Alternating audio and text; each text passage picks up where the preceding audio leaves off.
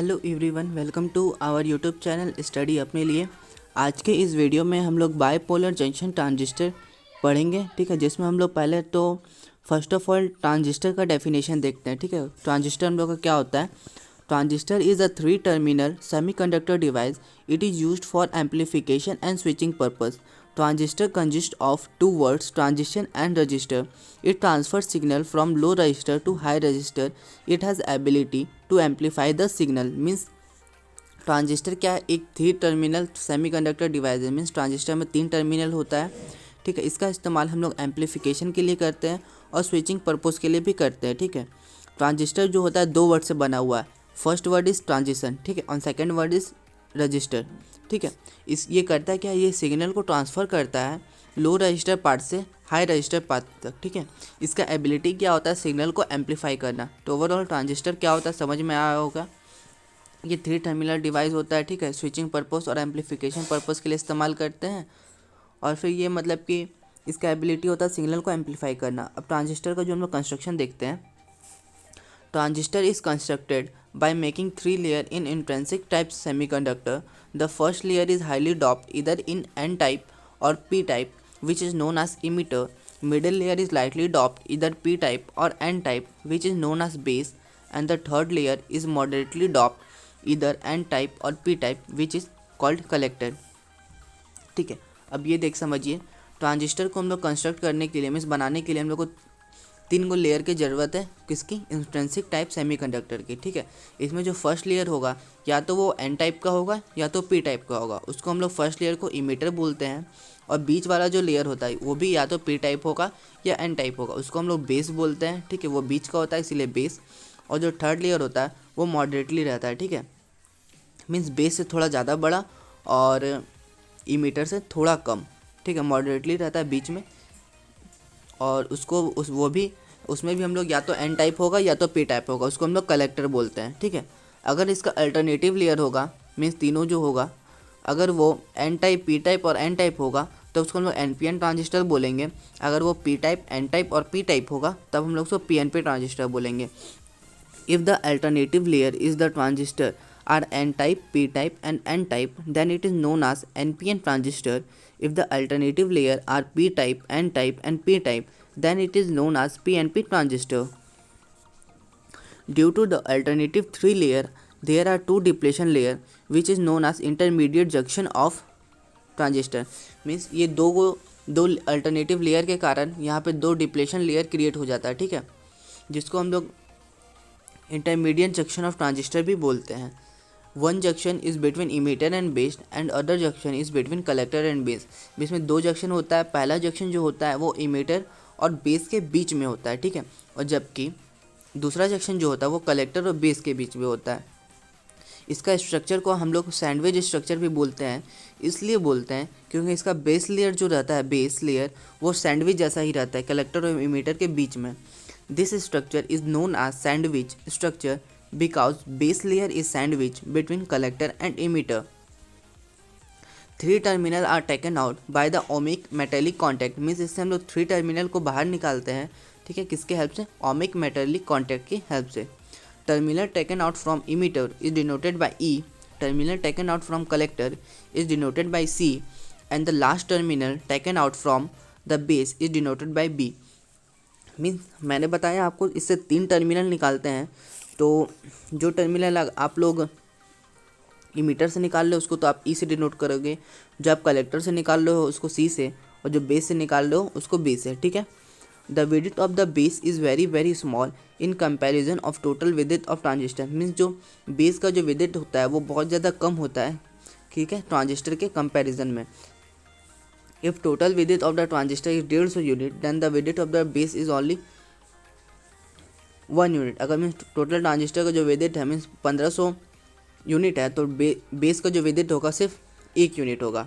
The विद्युत of collector is slightly greater than emitter. और जो कलेक्टर का जो होता है वो इमीटर से थोड़ा सा बड़ा होता है। अब आपको ये डायग्राम देख के समझ में आ रहा होगा। ठीक है, जो हमने इमीटर से निकाला, ठीक है, उसको हमने ई से डिनोट किया। जो हमने बेस से निकाला उसने बी से, और जो हमने सी से निकाला सी से। ठीक है, इसमें भी एक ई से होगा, एक बी से होगा और एक सी से होगा। ठीक है।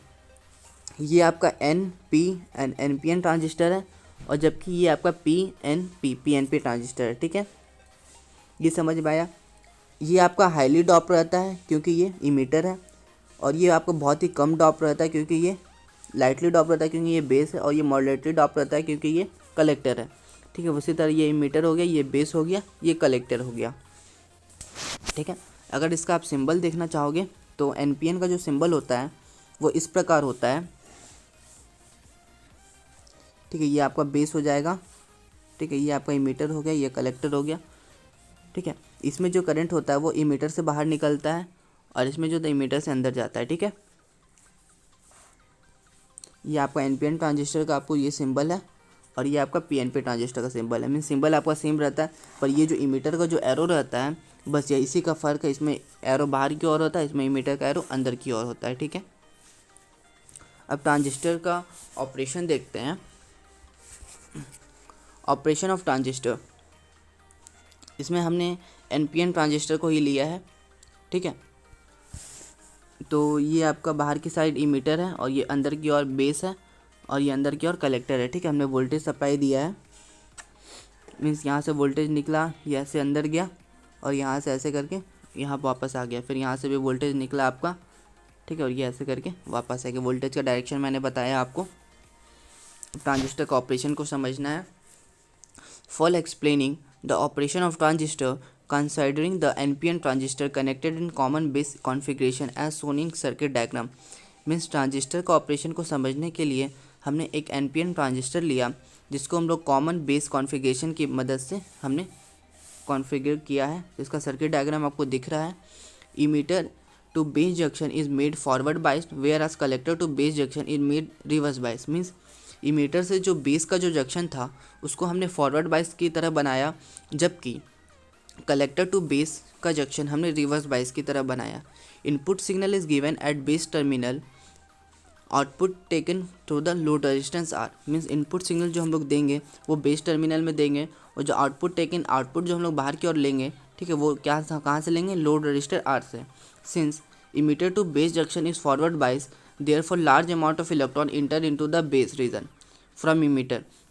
मीन्स हम लोग का इमीटर टू बेस जंक्शन जो है हम लोग का फॉरवर्ड वाइज है, तो हम लोग क्या होगा, बहुत ज़्यादा ही मात्रा में इलेक्ट्रॉन जो होगा वो बेस रीजन में इमीटर की हेल्प से घुस जाएगा अंदर, ठीक है। But flow of electron recombines the hole in base region because concentration of base region is very very less. इस अब होगा क्या, मीन्स कुछ ही इलेक्ट्रॉन जो होगा वो होल से रिकम्बाइन हो पाएगा, मीन्स ज्वाइन हो पाएगा, क्योंकि बेस रीजन में जो एरिया है, ठीक है, वो बहुत ज़्यादा कम है, ठीक है, वहाँ पे कंसंट्रेशन कम ही हो पाएगा। Maximum of electrons enter into the collector region and we get amplify current in the output. और बहुत ज़्यादा से ज़्यादा मात्रा में इलेक्ट्रॉन जो होगा वो कलेक्टर रीजन में चल जाएगा, ठीक है, और इसके कारण वो क्या होगा, एम्पलीफाई करंट मिलेगा हम लोग को आउटपुट में, ठीक है। The variation of output current IC is the amplified version of input current. जो आउटपुट में जो हम लोग करंट का जो वेरिएशन आएगा वो क्या होगा, एम्पलीफाइड वर्जन होगा इनपुट का, ठीक है, इनपुट करंट IB का। And we get amplified output signal across the load resistor. और हम लोग को क्या होगा, लोड रजिस्टर के अक्रॉस और एम्पलीफाई सिग्नल मिलेगा, ठीक है। Emitter current IE is the summation of current IC and IB। Means emitter current जो होगा IE वो किसके बराबर होगा, वो IC प्लस IB के बराबर होगा, means collector current plus base current. यहाँ पे आपको कलेक्टर करंट के लिए हमने IC का इस्तेमाल किया है, ठीक है। इमीटर करंट के लिए हमने IE का इस्तेमाल किया है और बेस करंट के लिए हमने IB का इस्तेमाल किया है, ठीक है। अब ट्रांजिस्टर का जो रेशियो होता है बीटा यूज होता है IC बटे IB, मीन्स एम्पलीफिकेशन फैक्टर भी बोलते हैं आपको। और जो अल्फ़ा जो होता है वो होता है IC बटे IE, ठीक है, जो अप्रॉक्सीमेटली 0.99 के ही बराबर ही होता है लगभग। अब फ्रॉम इक्वेशन 1 से जो IE जो होगा वो होगा बीटा IB प्लस IB, ठीक है। तो IE जो होगा IB, ठीक है, ये लेंगे तो फिर बीटा प्लस 1, ये हम लोग का IE का वैल्यू ओवरऑल सॉल्व हो गया। तो एक बार इसका डायग्राम भी आप देखिए। डायग्राम में क्या होगा, मीन्स बेस से करंट हमने बताया था कि बेस से करंट हम लोग का इंटर होता है, ठीक है। बेस रीजन में करंट हम लोग का कम ही रह पाता है, ठीक है, ज़्यादा से ज़्यादा वो कलेक्टर में चल जाता है, ठीक है। और यहाँ से कलेक्टर करंट और ये मीटर से बाहर निकलने का, ठीक है। ये आपको डायग्राम समझ में आ गया होगा। नेक्स्ट वीडियो में हम लोग आपको बताएंगे ट्रांजिस्टर कॉन्फ़िगरेशन, जो कि होता है कॉमन बेस कॉन्फ़िगरेशन होता है, कॉमन इमीटर होता है, कॉमन कलेक्टर होता है, ठीक है। और भी बहुत वीडियो आएगी इसके ऊपर, तो सब्सक्राइब कर लें और नोटिफिकेशन आइकन को भी ज़रूर दबाएं, क्योंकि जिससे आपको नोटिफिकेशन आपको मिलता रहेगा। Thank you for watching our video.